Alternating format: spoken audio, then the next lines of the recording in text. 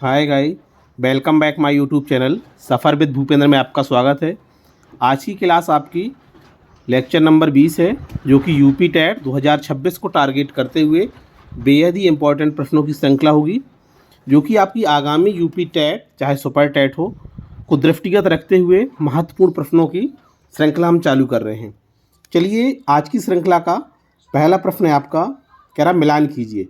एक तरफ आविष्कार है जिस चीज़ का आविष्कार किया गया, दूसरी तरफ आविष्कारक का नाम है कि कौन से आविष्कारक ने किया है। बात करें हम टेलीफोन की, तो टेलीफोन का आविष्कार अलेक्जेंडर ग्राहम बेल ने किया था। कब किया था? तो 1876 में किया था।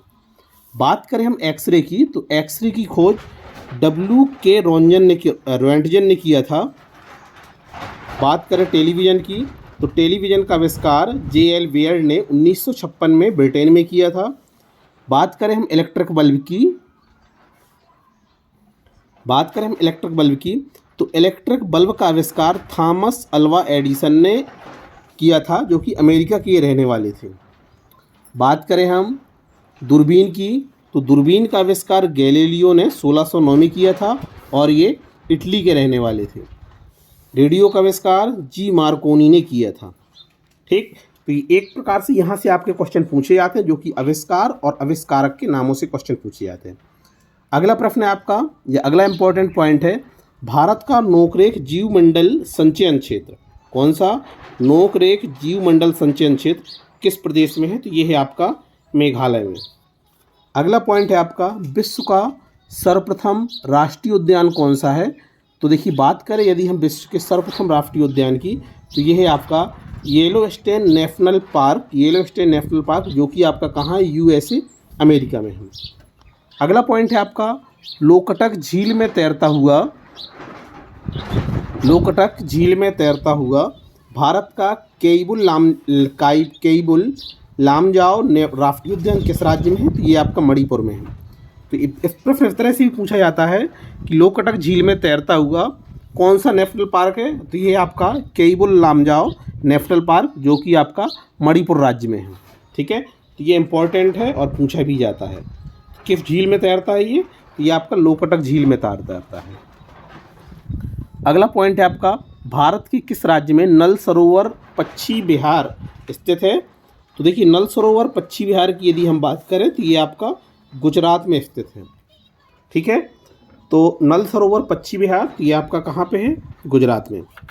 इसके बाद हमने कुछ इंपॉर्टेंट यहाँ पे पॉइंट लिए हैं, जिससे पानी में किस चीज़ की अधिकता से कौन सी बीमारी होती है। ये आपके इंपॉर्टेंट पॉइंट है और सारे के सारे पॉइंटों से यहाँ से क्वेश्चन आपके एग्जाम में, प्रीवियस ईयर एग्जाम में क्वेश्चन पूछे गए हैं।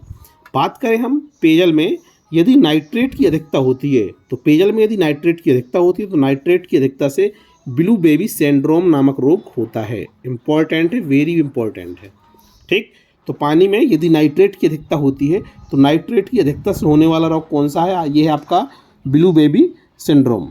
बात करें यदि हम कैडमियम की, तो पानी में यदि पेयजल में यदि कैडमियम की अधिकता है, तो रोग होगा आपको एटाइटाई रोग से आप पीड़ित होंगे। तो कैडमियम की अधिकता से कौन सा रोग होता है? तो एटाइटाई नामक रोग होता है। अगला पॉइंट है, ये भी इंपॉर्टेंट है, पेयजल में यदि आर्सेनिक की अधिकता है तो कौन सा रोग होगा? ब्लैक फुट नामक बीमारी होती है। कौन सी बीमारी होती है? ब्लैक फुट नामक बीमारी होती है। किसकी अधिकता से? आर्सेनिक की अधिकता से। तो ध्यान रखिए, इंपॉर्टेंट है। अगला है आपका, पारा युक्त जल पीने से मिनीमेटा या मिनी माता नामक रोग हो जाता है। ये भी एक बीमारी है, जो कि किसकी अधिकता से होती है? पानी में यदि पारा सर्वाधिक मात्रा में है, तो पारायुक्त जल पीने से मिनी माता नामक रोग हो जाता है।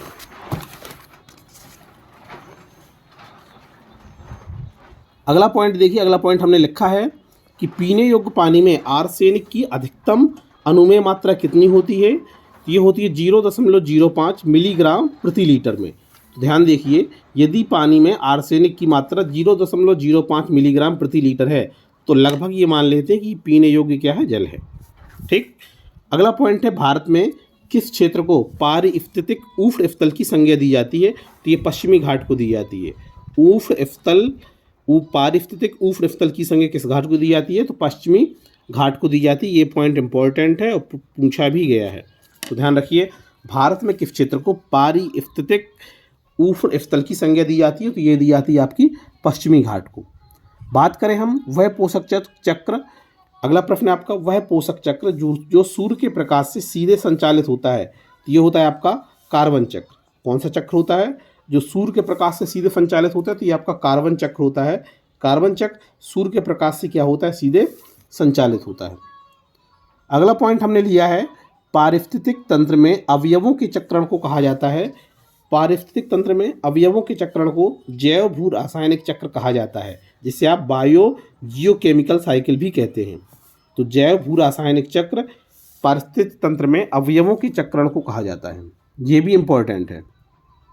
अगला पॉइंट है, सामान्य जीवाणु जिसमें नाइट्रोजन स्थिरीकरण की क्षमता होती है, ये इंपॉर्टेंट है, पूछा भी गया है प्रीवियस ईयर में।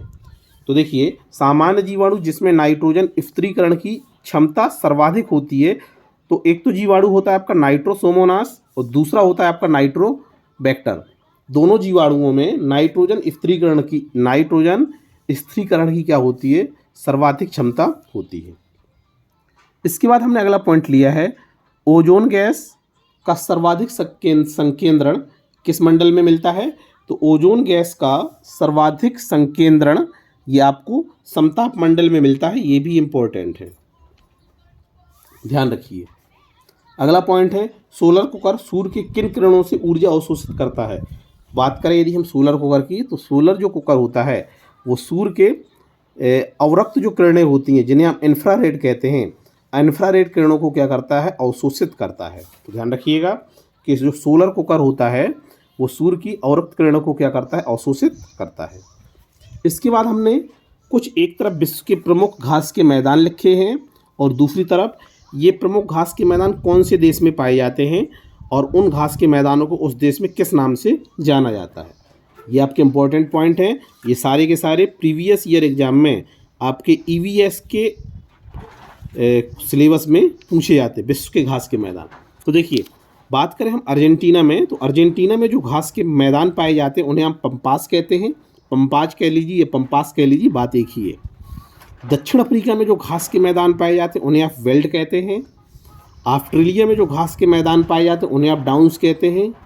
ये भी देखिए प्रीवियस ईयर का 1 नंबर कन्फर्म है कि यहाँ से पूछा जाना है। यूरोप में घास के मैदानों को स्टेपी या स्टेपीज कहा जाता है। उत्तरी अमेरिका में घास के मैदानों को प्रेरी कहा जाता है या प्रेरीज कहा जाता है।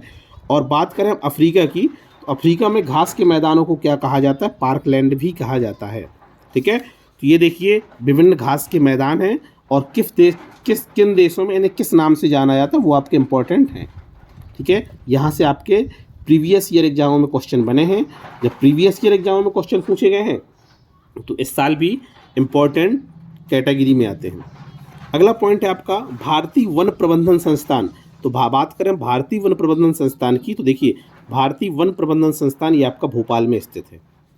बात करें हम भारत के राष्ट्रीय वृक्ष की, तो भारत का राष्ट्रीय वृक्ष आपका क्या है? बरगद है, ये सबको मालूम होगा। इसके बाद आज की क्लास का सबसे लास्ट प्रश्न है, विश्व की सबसे बड़ी प्रवाल भित्ति, विश्व की सबसे बड़ी प्रवाल भित्ति जिसे आप ग्रेट बैरियर रीफ के नाम से जानते हैं। विश्व की सबसे बड़ी प्रवाल भित्ति जिसे आप ग्रेट बैरियर रीफ के नाम से जानते हैं, कहाँ स्थित है? तो ये स्थित है आपके ऑस्ट्रेलिया नामक देश में।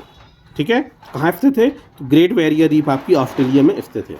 तो आज की क्लास में देखिए हमने घास के मैदानों को देखा।